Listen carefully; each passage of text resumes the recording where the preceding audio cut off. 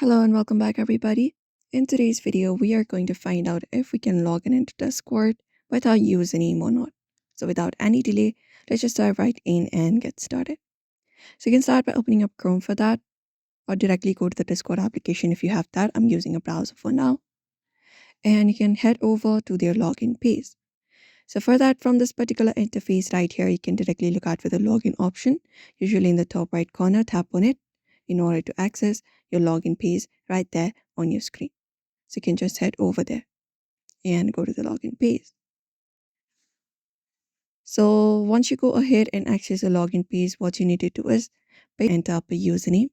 So you can see we have the section for email or phone number and a QR code available if we want to log in. So if you're trying to use your username, we cannot do it. Discord does not allow us for that. So we need a identified email or phone number from Discord, then only we should be able to log in. So if you know your email or phone number with your Discord account, you just need to enter up your email or phone number in the first box, and right below it, you need to enter up your password. Now, once you enter up your password, you can look out for this login option and log in into your account, and you should be able to access your Discord easily. That is the way possible.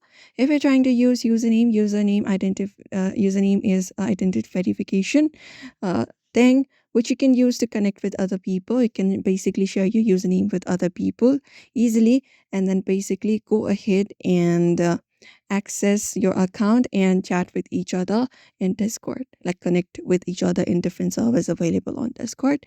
And that is only the thing we can do with username. So if you're trying to really log in, we need our email or phone number, so you can follow up this process for that and log in into your account and then access your Discord easily. And that is it, everybody.